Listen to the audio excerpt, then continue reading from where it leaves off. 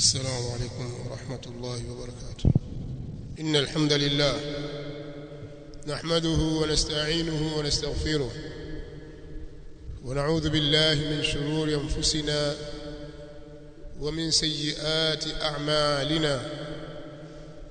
من يهده الله فلا مضل له ومن يضلل فلا هادي له، وأشهد أن لا إله إلا الله وحده لا شريك له، وأشهد أن محمدًا عبده ورسوله. يا أيها الذين آمنوا اتقوا الله حق تقاته ولا تموتن إلا وأنتم مسلمون. يا أيها الناس اتقوا ربكم الذي خلقكم من نفس واحدة وخلق منها زوجها وبث منهما رجالا كثيرا ونساء، واتقوا الله الذي تساءلون به والأرحام، إن الله كان عليكم رقيبا. يا أيها الذين آمنوا اتقوا الله وقولوا قولا سديدا يصلح لكم أعمالكم ويغفر لكم ذنوبكم، ومن يطع الله ورسوله فقد فاز فوزا عظيما.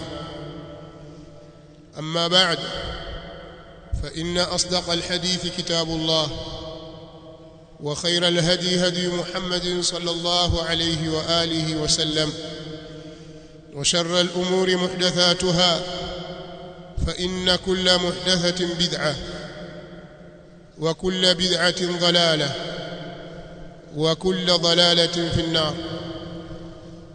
عباد الله، أوصيكم ونفسي بتقوى الله عز وجل، فإنه قد فاز المتقون. ndugu zangu katika imani, mtume wetu Muhammad sallallahu alayhi wa alihi wasallam ameletwa kwetu kwa kazi maalum, akaitekeleza kazi hii kwa namna ambayo amebebeshwa na kwa namna ambayo alitakiwa. Mtume sallallahu alaihi wasallam kwa uaminifu mkubwa akaitekeleza kazi hii kwa uzuri kabisa, akaikamilisha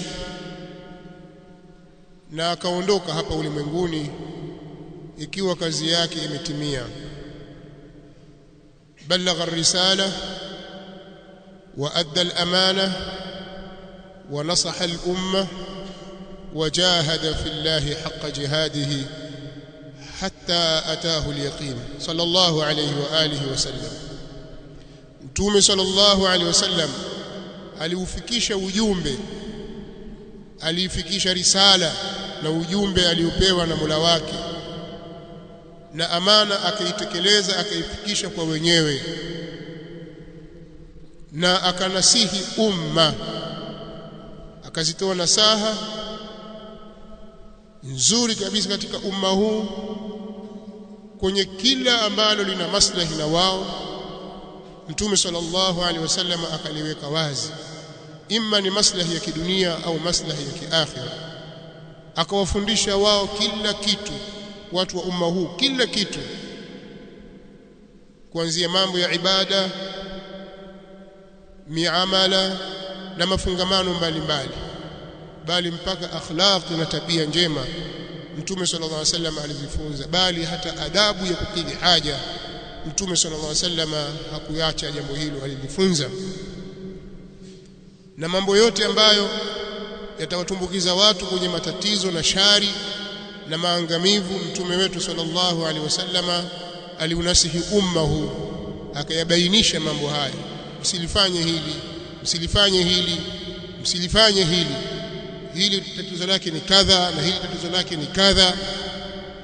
Katika mambo ambayo Mtume sallallahu alaihi wa alihi wasallama alikuwa akiyatahadharisha sana katika umma ni pale kile anaposimama kwenye mimbar kama hivi katika swala za Ijumaa, katika khutba za Ijumaa, khutba za Idi, bali hata katika khutba za ndoa, alikuwa akiyasema maneno niliyotangulia kuyasema hapa kwenye kisimamo hiki. Amma ba'du fa inna asdaqa alhadithi kitabullah. Ama baada yaliyotangulia, hakika maneno yaliyokuwa makweli zaidi ni kitabu cha Allah. Wa khairal hadi, na muongozo bora, hadi Muhammad sallallahu alaihi wasallam, ni muongozo wa mtume Muhammad sallallahu alaihi wasallam, na maelekezo ya mtume Muhammad sallallahu alaihi wasallam, maelekezo bora kabisa yaliyokuwa katika kilele cha ufanisi ni yale maelekezo aliyoyatoa mtume Muhammad sallallahu alaihi wa alihi wasallam.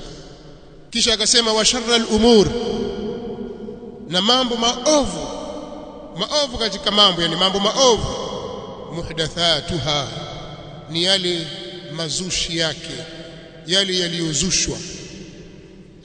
Fa inna kulla muhdathatin bid'a, kwa sababu kila lenye kuzushwa hilo ni uzushi, ni bid'a. Wa kulla bid'atin dalala, na kila bid'a ni dalala, kila uzushi ni upotevu. Wa kulla dalalatin fi an-nar, na kila upotevu ni motoni, utampelekea mtu kwenda kwenye moto. Bali mtume sallallahu alaihi wasallam siku moja alisimama akawaidhi watu. Baadhi ya masahaba wakamuelewa kwamba mtume sallallahu alaihi wasallam mawaidha haya anayotupa kana kwamba anatuaga, anaondoka duniani, anatuacha. Katika miongoni maneno aliyoyasema mtume sallallahu alaihi wasallam akiwaelekezea watu wa ummati wake, akasema innahu man ya'ish minkum fasayara ikhtilafan kathira, kwa hakika jambo lilivyo, atakayeishi miongoni mwenu atakuja kuziona ikhtilafu nyingi. Huu ni utabiri wa mtume sallallahu alaihi wasallam. Kama kuna mtu katika nyinyi atapata umri, anawaelekeza masahaba zake na kuwaambia na kuwatabiria, atakayeishi miongoni mwenu nyinyi atakuja kuziona ikhtilafu nyingi. Sasa je, kila mmoja aachwe na ikhtilafu zake? Ndio mafunzo ya mtume sallallahu alaihi wasallam. Ikhtilafu hizo na mambo hayo yasikemewe, ndio mafunzo ya mtume sallallahu alaihi wasallam. Kila mmoja afanye analolitaka. Maelekezo na muongozo wa mtume sallallahu alaihi wa alihi wasallam aliyoyatoa, anasema fa alaikum bisunnati, basi nyinyi lazimianeni na mwenendo wangu mimi, yale mafunzo yangu niliyowaachia lazimianeni nayo, shikamaneni nayo. Isitoshe, wa sunnati al-khulafa'ir rashidin al-mahdiyyin, na muongozo wa makhalifa wangu waongofu wenye kuongozwa, shikamaneni na mwenendo wao, msiuache. Tamassaku biha, shikamaneni nao huo. Wa'addu 'alayha bin nawajid, na uumeni, ukamateni kwa meno, kwa magego, kwa maana shikamaneni vizuri kabisa. Mtakapokuwa mmeziona ikhtilafu zimejitokeza, hawa wasema hivi, wale wasema vile, jambo la kufanya usiseme kwamba bwana, mimi naona nimeamua nifanye kivyangu tu vile ninavyoona, haya mambo hayaishi.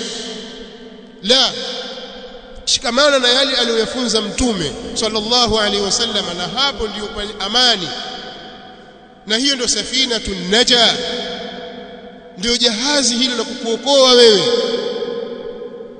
Panda kwenye jahazi hilo la mtume sallallahu alaihi wasallam. Hakusema kwamba shikamaneni na yale mliokuta nayo baba zenu, hakusema shikamaneni na zile mila za kwenye miji yenu au mambo ambayo nyinyi mliokuta mashehe zenu na walimu zenu wakiyafanya, shikamaneni na hayo. La, fa alaikum bisunnati, shikamaneni na mwenendo wangu na njia yangu.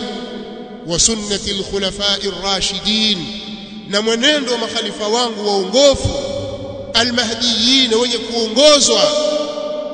Tamassaku biha, shikamaneni na hizo sunna na njia hiyo. Wa'addu 'alayha bin nawajid, yani msitetereke, ziumeni hizo sunna kisawa sawa kwa meno ya magego, msiziachie. Lakini akatahadharisha jambo jingine mtume sallallahu alaihi wasallam, akasema wa iyyakum wa muhdathatil umur, na tahadharini na mambo yenye kuzushwa. Watu wote tunakubaliana kuwa haya ni maneno ya mtume sallallahu alaihi wasallam, ameyazungumza akthar min marra. Hadithi hii na hadithi iliyotangulia kuitaja kwenye khutba yake Mtume sallallahu alaihi wasallam anatahadharisha na muhdathati al-umur, na mambo yenye kuzushwa. Tahadharini na mambo hayo. Fa inna kulla muhdathatin bid'a, kwa sababu kila lenye kuzushwa ni bid'a. Kuna watu watakwambia si bid'a, sio kile kilichozushwa bid'a. Wako watakwambia hivyo. Wa kullu bid'atin dalala, na kila bid'a ni upotevu. Kuna watu watakwambia sio kila bid'a ni upotevu. Wa kullu dalalatin fi an-nar, hapo kidogo wataogopa, kwa sababu kila upotevu utakwenda motoni. Maneno ya Mtume sallallahu alaihi wa alihi wasallam, ibara moja. Upotevu utapelekea kukuingiza katika moto. Kwa hiyo tahadharini. Sasa ukiona mizozo mingi inajitokeza, ni kwa sababu watu wanazua katika dini ya Allah jalla wa ala, wanazua katika sheria ya Allah, wakaweka mambo ambayo hayakuwepo. Ni lazima wapatikane watu wenye kuyakemea mambo hayo kwa kuihami dini na kuyahami mafunzo ya Mtume sallallahu alaihi wa alihi wasallam. Na hao wenye kuyazua hayo hawatakuja kutoka nje kwamba ni Mayahudi na Manasara. Wao washafeli, hawawezi kuifanya chochote Qur'an, wala hawezi kuifanya chochote Sunna, hawawezi kuharibu Uislamu. Inna nahnu nazzalna dhikra wa inna lahu lahafidhun. Allah ashatoa ahadi ya kuhifadhi Qur'an na kuilinda sheria yake. Lakini watapatikana watu yatakallamuna bialsinatina, ambao watazungumza kwa ndimi zetu, kwa lugha ya Uislamu, wataka kuyaingiza mambo ambayo hayapo katika Uislamu. Katika khutba ya wiki iliyopita nikalitaja neno lake Allah subhanahu wa ta'ala katika suratu Yunus aya 58, pale aliposema al-Maula jalla wa ala, qul bifadli llahi wa birahmatihi fabidhalika falyafrahu. Sema, waambie ewe Muhammad, kwa sababu ya fadhila za Allah na kwa sababu ya rehema zake, fabidhalika, kwa sababu ya hayo, falyafrahu, na wafurahike, huwa khairum mimma yajma'un, kwa sababu hilo ndilo bora zaidi kuliko yale wanaoyakusanya. Katika miongoni mwa tafsiri zinazoelezwa kwamba al-fadlu ni Uislamu, wengine wanasema al-fadlu ni al-Qur'an, na rahma zikatafsiriwa tafsiri mbalimbali, nyingine zikisema ni Mtume sallallahu alayhi wa alihi wasallam. Kwa sababu ya vitu hivyo, basi nyinyi furahikeni.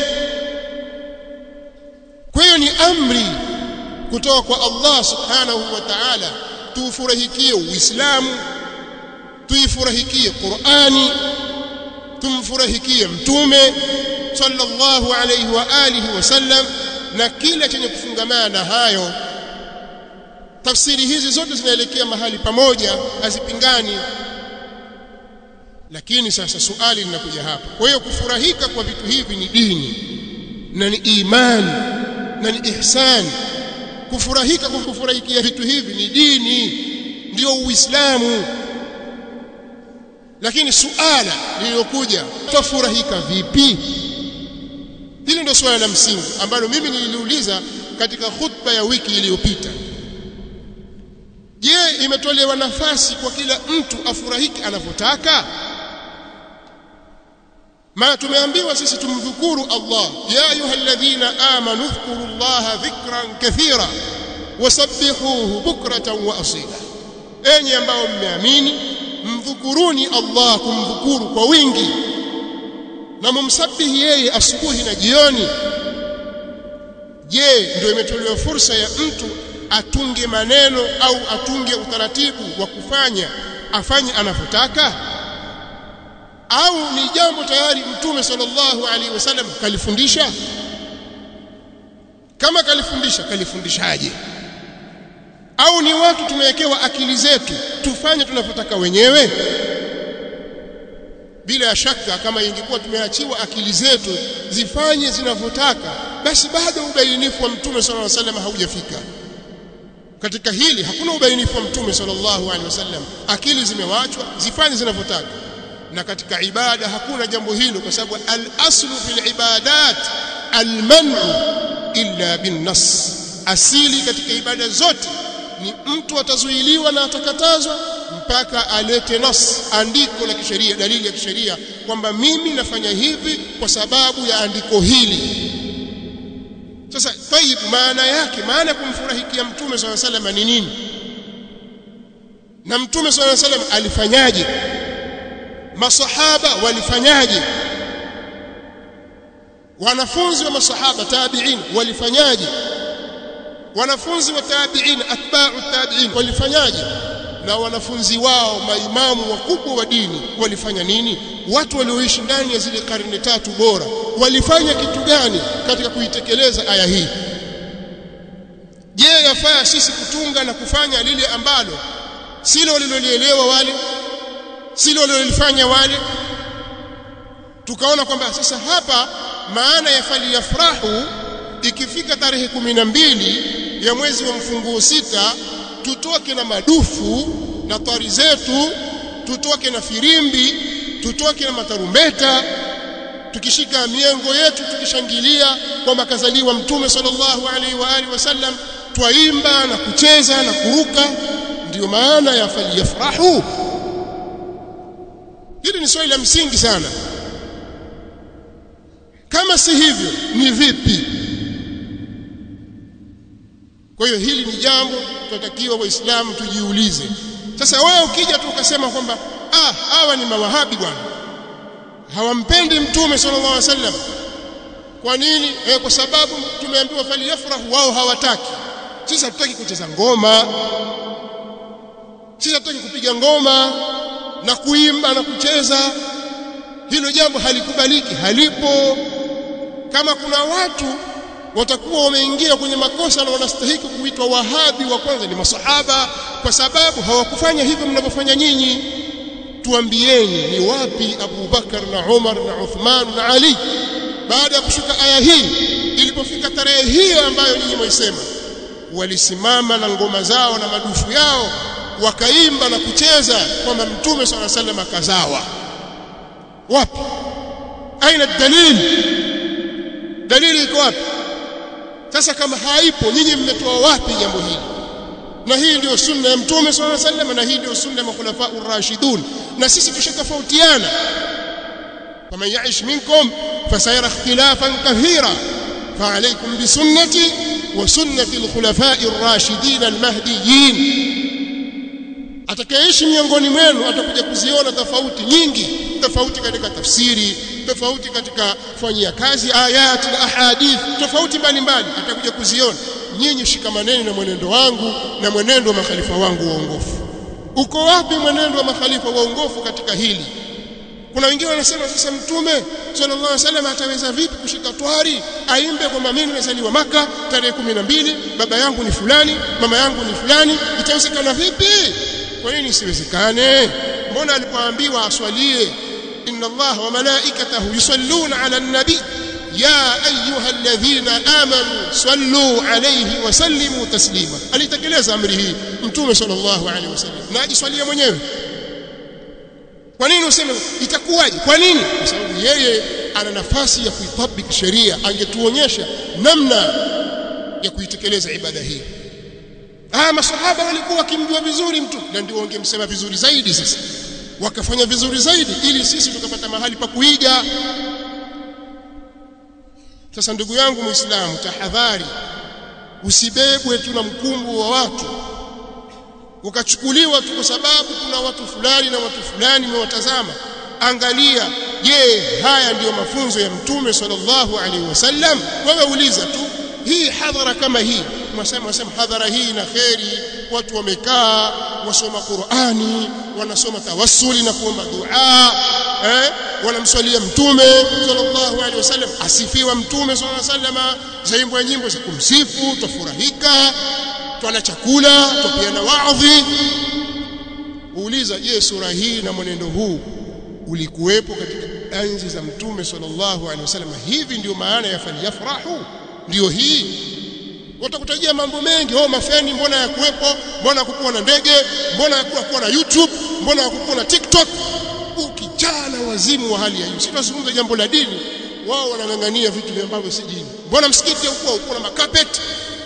Jamaa, sisi hatuzungumzi kula, tunazungumza dini. Hili jambo kaliweka Muhammad bin Abdullah sallallahu alaihi wasallam katika hili. Hii swala yaswaliwa hivi, tutauliza hivi. Je, saumu hii yafungwa hivi kwa wakati huu? Je, hivi ndivyo anavyoswaliwa Mtume sallallahu alaihi wasallam? Je, hivi ndivyo anavyodhukuriwa Allah? Tuuliza hivi. Hatuzungumzii je ubwabwa waliwa hivi, hatuzungumzi jambo hilo. Hatuzungumzi mambo hayo kwamba gari liendeshwe kinyume au kimbele mbele. Sisi hatuulizi mambo hayo. Tuuliza katika jambo la dini yetu. Hii ndio sawa, ndio mafundisho ya Mtume Muhammad sallallahu alaihi wasallam katika hili. Hii si ibada. Na ndio maana mawatia kwenye upotevu wale ambao hawalifanyi hilo. Hawa mawahabi hawampendi Mtume, hawa mawahabi hawamswali Mtume, hawataki Mtume aswaliwe. Si kama watu hawataki Mtume aswaliwe, tunamswalia sana Mtume sallallahu alaihi wa alihi wasallam. Wala si mabakhili katika tumuomba Allah al-mazida min fadli. Lakini hivi mnapofanya nyinyi ndivyo. Kwa hiyo tahadhari ndugu yangu Muislamu. Walioelewa wanaelewa sasa. Na mambo mengi ya kipuzi kama hayo wanayoepuka. Lakini tunasema maneno haya si kwamba mambo haya yatakufa. Yataendelea kuwepo kwa sababu shetani bado yuko kazini. Kwani tangu zilipotelemka aya za pombe mpaka leo pombe yanywewa hainywewi. Na kila siku baa zaongezeka. Lakini aya ziko. Kamari tangu ilipokatazwa kamari mpaka leo, lakini watu wanabeti. Hayataisha hayo, na kila siku zitakuja sura tofauti tofauti. Imekatazwa zina tangu ziliposhuka aya, hakuna wala wa zina, hakuna haramu ya zina inayofanyika, hakuna madanguro, yataendelea kuwepo. Kwa hiyo sisi tunapokataza jambo hili ma'adhiratan ila rabbikum, ni kutoa udhuru kwa watu tusiingie katika laana ya kukaa kimya. Lakini pia kuna watu ambao watayasikia maneno na watayafahamu na watayafuata yaliyo sawa. Nasallallahu ta'ala lakum at-tawfiq was-sadad. Alhamdulillahi rabbil alamin wal 'aqibatu lil muttaqin wala 'udwana illa 'ala adh-dhalimin was-salatu was-salamu 'ala ashrafil anbiya'i wal mursalin نبينا محمد وعلى آله وصحابته أجمعين والتابعين لهم بإحسان إلى يوم الدين وسلم تسليما كثيرا. أما بعد. ndugu zangu waislamu, bid'a ni kitu kibaya sana, na ndio maana Mtume sallallahu alaihi wasallam alikuwa akikithirisha sana kukikemea. Hakukemea jambo ambalo halipo au halitakuwepo, kakemea hewa. Hakuwa hivyo Mtume sallallahu alaihi wasallam. Kule kukithirisha kwake kulikemea jambo hili ni ushahidi wa kwamba hatari yake ni kubwa na litawachanganya watu wengi, na ndio maana kila mara alikuwa akilikariri jambo hili kuwatahadharisha watu. Kwa maana ya kwamba wewe ukifanya ibada yako, lakini ibada ile umeingiza ndani yake mfumo na utaratibu ambao sio aliofundisha Mtume sallallahu alaihi wasallam, ibada ile haikubaliki mbele ya Allah. Sasa angalia ni hasara ngapi wewe unazozifanya katika ile. Wewe wafanya jambo waona kwamba hili ni zuri, naona hivi ni sawa, kumbe si sawa. Kwa nini? Kwa sababu hukutaka kufuata utaratibu wa Mtume sallallahu alaihi wasallam. Hukuuliza, je, utaratibu wa Mtume sallallahu alaihi wasallam katika hili ni upi? Katika moja ya kumhadhimisha na kumfurahikia Mtume sallallahu alaihi wa alihi wasallam na kuzaliwa kwake na siku aliyopewa utume sallallahu alaihi wasallam ni kuifunga siku aliyozaliwa, nayo ni siku ya Jumatatu. Kila wiki Jumatatu inakuja funga. Mtume sallallahu alaihi wasallam aliulizwa kuhusu hilo, akaeleza kwamba hiyo ndio siku ambayo mimi nimezaliwa, wa unzila alayya fihi. Funga. Itatokea kwenye mwaka mmoja wewe umefunga mara nyingi, kwa sababu Jumatatu kwa mwezi mmoja tu ziko Jumatatu 4. Zizidisha mara 12, utapata kwamba mwaka mzima wewe umefunga mara ngapi? Takriban mara 48 takriban. umefunga kwa ajili ya siku aliyozaliwa Mtume sallallahu alaihi wasallam na kupewa utume, bali katika namna ya kumfurahikia Mtume sallallahu alaihi wasallam ni kufurahi kwa yale aliyokufundisha Mtume sallallahu alaihi wasallam na kuyatekeleza. Mtume sallallahu alaihi wasallam akatufundisha mambo mengi. Kwa namna ya kumwenzi na kumthamini mtume wetu ni kuyapokea mafunzo yake na kuyafanyia kazi na kujitahidi kuyafanyia kazi. Hiyo ndio sawa na kumtaja vizuri Mtume sallallahu alaihi wasallam, bali makubwa katika yote ni kukaa kujifunza kumjua ni nani Mtume Muhammad sallallahu alaihi wa alihi wasallam. Na huu ni katika msingi madhubuti sana miongoni mwa misingi aliyoitaja Sheikh Muhammad ibn Abdul Wahhab rahimahullahu ta'ala, ambao hawa watu wanamuona kwamba ni adui mkubwa wa Mtume sallallahu alaihi wasallam. Yeye katika misingi mitatu mikuu aliyoitaja ataja kwa jambo la kwanza ni maarifatul abdi rabbah wa ma'rifatu nabiyhi sallallahu alayhi wasallam wa ma'rifatu dinihi bil adilla, ni mtu kumjua Allah mola wake na kumjua Mtume sallallahu alayhi wa alihi wasallam. Kama humjui Mtume sallallahu alayhi wasallam huwezi kumpenda, na kuijua dini yake Allah subhanahu wa ta'ala kwa dalili. Kwa hiyo haya ni mambo watakiwa wewe uvaane nayo kila siku, na yale ya msimu wayafanya kimsimu vile vile kila Jumatatu, na sio kila tarehe 12 ya mfunguo 6. Hilo hakulifanya Mtume sallallahu alaihi wasallam wala masahaba wala maimamu, si imamu Abu Hanifa wala al-imamu Malik wala al-imamu Shafi'i wala al-imamu Ahmad bin Hanbal rahimahumullahu ta'ala. Hawakulifanya hilo, na kwamba ikifika tarehe 12 tusikia midundo, hilo halikuweko, na wao wenyewe wajua, lakini wasema lakini kama wao hawakufanya basi ndio nini ni bid'a, si katika dini. Lau kana khairan la sabaquna ilayhi. Sasa nitamalizia, kuna maneno huwa mara kwa mara mimi huwa ninayataja kama ushahidi wa kuonyesha kwamba huu msimamo sisi tulionao wa kuzipinga hizi bid'a katika dini ni msimamo wa haki na unaungwa mkono na wanawazuoni wa Kiislamu. Si jambo la kubambanya na kuungaunga kwamba hiki ni kikundi kimekuja cha watu wahuni hivi, kazi yao fujo, basi fujo tu kila siku, maulidi. Kuna watu wanafikiri kwamba hili jambo limetengenezwa, wajua Marekani wanatengeneza ikhtilafu, alafu Mayahudi tunatengeneza kadha, kwa hiyo wanatia Waislamu katika la. Ikhtilafu zitakuwepo maadamu watu wataacha sunna na watazusha bid'a, kwa maneno ya Mtume sallallahu alaihi wasallam, na si kwa fikra zako chafu. Wewe una fikra chafu. Mizozo inajitokeza katika umma kwa sababu ya kuacha sunna za Muhammad bin Abdullah sallallahu alaihi wasallam. Mizozo inakuja katika umma kwa sababu ya kufanya mambo ya kizushi. Mambo haya waliyofanya Mayahudi na Manasara ndio mwenendo wao. Warahbaniyatan bitadauha, walikuwa wazushi, wamezusha mpaka utawa bwana.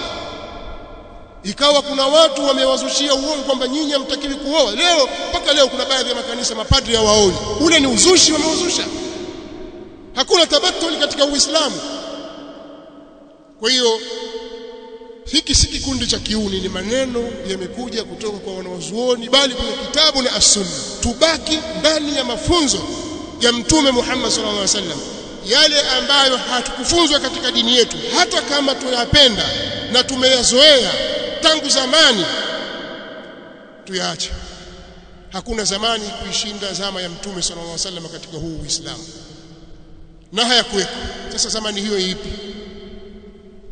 Al-Imam Abu Bakar Muhammad ibn al-Walid ibn Khalaf al-Turtushi rahimahullah ta'ala, huyu ni mwana wa chuoni ambaye amefariki mwaka 520 Hijiria, miaka takriban 900 iliyopita huko nyuma. Huyu ni mwana wa chuoni katika madhhabi ya Malik.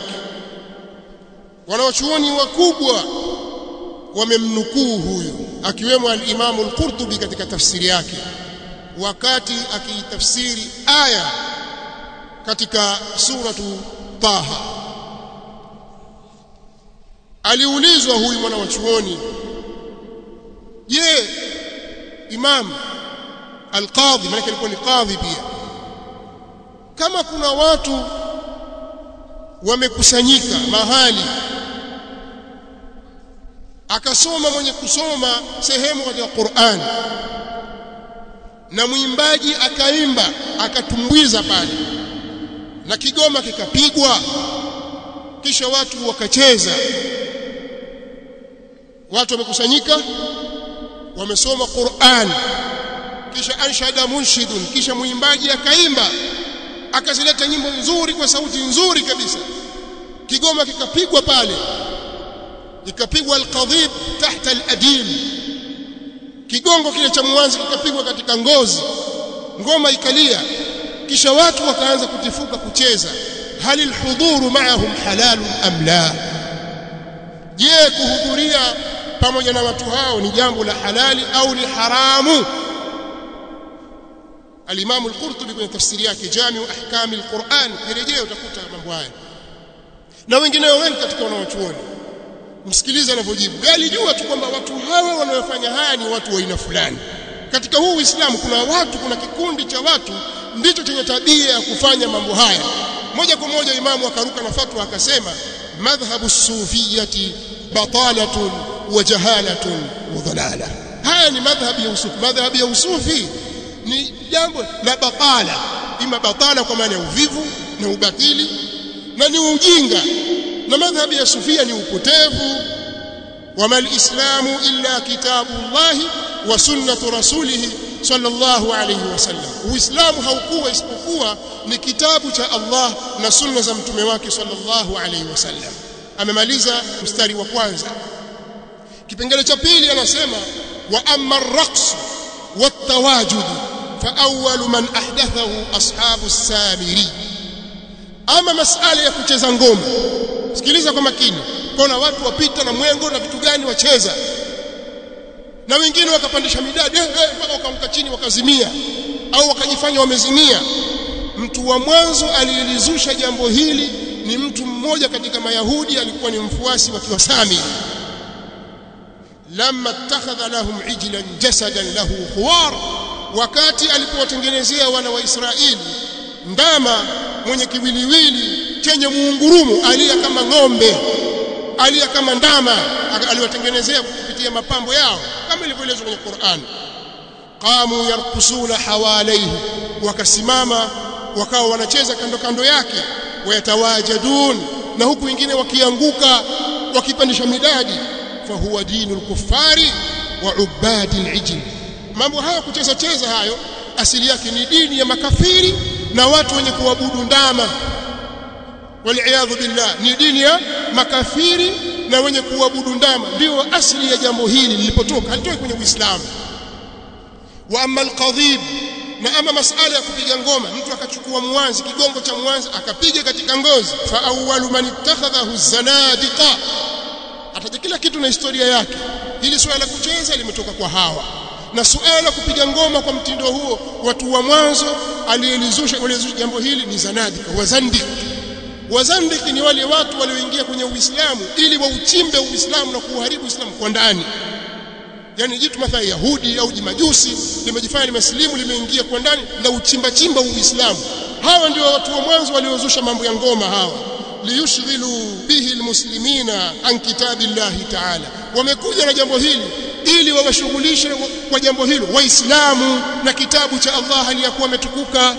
Na ndio maana wewe tafuta sana fananisha madarisi za masalafi ahli sunnah wal jamaa na madarisi za watu wa bid'ah, kumkuta kwamba huyu mtoto kasoma madrasa hii kahifadhi Qur'an kwa sababu kasoma kwa maalim fulani, ni jambo la nadra, amrun nadir kalkibrit al-ahmar. Yani wewe utakuta watu wengi wamesoma madarisi hapa, wamepita kwenye madarisi hizo. Qur'ani ni kitu kimekuwa nasiya mansiya. Wengine wanakuja baadhi ya miji wamekuja kuamshwa na ahli sunna wal jamaa, jamani kwamba Qur'ani ihifadhiwa. Njoo katika marakizi zetu sasa. Wataka mahufadhi wangapi wewe wa kuhifadhia Qur'an? Watahifadhi saa ngapi? Na pale watu kazi yao kuimba na kucheza. Midundo yote waijua namna ya kuchezwa leo. Watu wasoma wanawacheza ngoma, utasema ni kikundi cha toka Kaole. Namna wanapocheza kwa ustadi wa hali ya juu. Wasanii kwa ufupi ni wasanii. Sasa wasanii na mambo ya Qur'ani wapi kwa wapi? Mazanadika wameingia ili wawashughulishe watu wakiache kitabu cha Allah subhanahu wa ta'ala. Wa inma kana majlisu an-nabiy sallallahu alayhi wasallam ma ashabihi ka'annama ala ru'usihim at-tayr min al-waqar. Majlisi ya mtume sallallahu alayhi wasallam ilipokuwa kana kwamba katika vichwa vyao kuna ndege kwa sababu ya utulivu walionao. Ushauri na nasaha anazotoa al-Imam anaendelea, fayambaghi lis-sultani wa nuwabihi, kunatakikana kwa mtawala, kama utawala ni wa Kiislamu na dola ya Kiislamu, basi inatakiwa kwa mtawala na manaibu wake, kama ni rais mathalan na wakuu wa mikoa na wakuu wa wilaya, ayamna'ahum min al-hudhuri fi al-masajid wa ghayriha, wawazuie watu hawa wasiingie misikitini na sehemu nyingine zozote sio kwa misikiti, sehemu za wazi marufuku, mamnuu, kwa kibali cha nini? Tukapiga mdundo marufuku. Wawazuie, hawasikii wamefanya, peleka fidiposi kule, piga wale. Sultan anatakiwa afanye hivyo na manaibu wake, wawazuie watu hawa. Wala yahillu, sikiliza, wala yahillu li ahadin yu'minu billahi wal yawmil akhir, na si halali kwa mtu yoyote anayemwamini Allah na siku ya mwisho, ay yahdhura ma'ahum wala yu'inahum ala batilihim, na si halali kwa mtu yoyote anayemwamini Allah na ambaye anayamini kwamba iko siku ya mwisho, siku ya kiyama, kuhudhuria pamoja nao, ukasimama pembeni pembeni au kaingia katikati ya hadhara. Si halali kwa wewe, wala kuwasaidia katika jambo lao pia si halali.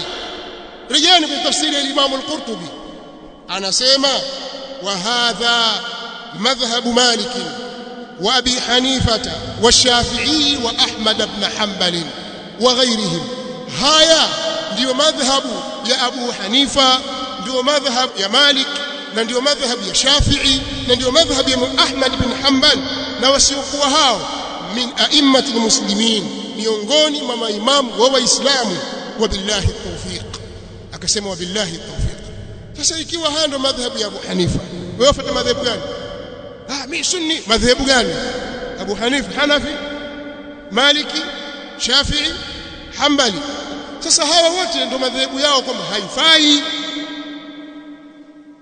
Kwa si masala ya vikundi vya uuni tu kuja kuwakataza watu kufanya mambo. Mwanachuoni mmoja wa Kishafiia akiitwa Ibn Hajar al-Makki al-Haytami, katika kitabu chake baada ya kuinukuu fatwa hii akasema hivi, fataamaluhu, wewe izingatie hii fatwa, wahfadhhu, na ihifadhi, izingatie alafu uihifadhi. Kama umesikia kama hapa na audio, isikilize mpaka uhifadhi. Fa innahu alhaq, kwa sababu hiyo ndio haki, wa ghayruhu batil, na sio kwa hivyo ni batil. Hii ndio haki na kinyume chake ni batil. Sasa wataka nini tena baada ya maneno kama haya? Wewe rejea katika tafsiri ya Imam al-Qurtubi juzuu ya 11 ukurasa wa 212 mpaka 213 katika sura Taha kwenye aya ya 91 mpaka 93, na Kafur Raai ya Imam Ibn Hajar al-Haytami katika ukurasa wa 76. Kwa hiyo haya ndio ambayo sisi tumesimamia. Kwa nini? Kwa sababu katika dini hairuhusiwi watu kuzusha mambo ambayo hakuyafunza mtume wetu Muhammad sallallahu alaihi wasallam, na kuleta mambo ya kuzusha kama walivyozushiwa manasara na kina Paulo. Ndio maana nikasema huu ni Paulo katika hutuba iliyopita. Maana yangu ni hiyo, haifai kuleta mambo kama haya. Ikawa kule watu wakienda makanisani sikwenda wapi, kazi yao kuimba tu, kuimba. Ndio Mungu anavyoabudiwa hivyo? Na nyinyi mfanya hivyo mwaiga wale. Kuna gospel katika Uislamu? Hakuna mambo hayo. Kwa muogopeni Mola wenu, na jambo hili tutaendelea kulikataza muda wa kuwa roho zetu ziko ndani ya viwiliwili vyetu insha Allah. Kwa hiyo walioelewa wataelewa, wasioelewa mwaka huu watakuja kuelewa mwakani, lakini jambo hili litaendelea na watu wake wataendelea, kwa sababu shaitani yuko bado anawahimiza watu wake na kuwapa kila namna na kila mbinu. Halitakufa. Sio kusema kwamba mwaka huu maulidi basi ndio yamezidi huku na kule. Ni shaitani ndivyo anavyofanya mambo yake, lakini tutaendelea kukataza. Alqulubu salima, na nyoyo zilikuwa zimesalimika, zilikuwa katika fitra, zitaelewa kitu gani ambacho kinazungumzwa na haki iko wapi. Allahumma arina alhaqqa haqqan warzuqna ittiba'a, wa arina albatila batilan warzuqna ijtinaba. Allahumma ansur dinaka wa kitabaka wa sunnata nabiyyika وعبادك المؤمنين. اللهم من أراد بنا سوءا فاشغله في نفسه واجعل تدبيره في تدميره يا سميع الدعاء. اللهم اغفر للمؤمنين والمؤمنات والمسلمين والمسلمات الأحياء منهم والأموات. اللهم اغفر لنا ذنوبنا وحوبنا وخطايانا. اللهم اشف مرضانا ومرضى المسلمين. اللهم اشف مرضانا ومرضى المسلمين وارحم موتانا وموتى المسلمين برحمتك يا أرحم الراحمين. وصلى الله وسلم على نبينا محمد. قوموا إلى صلاتكم.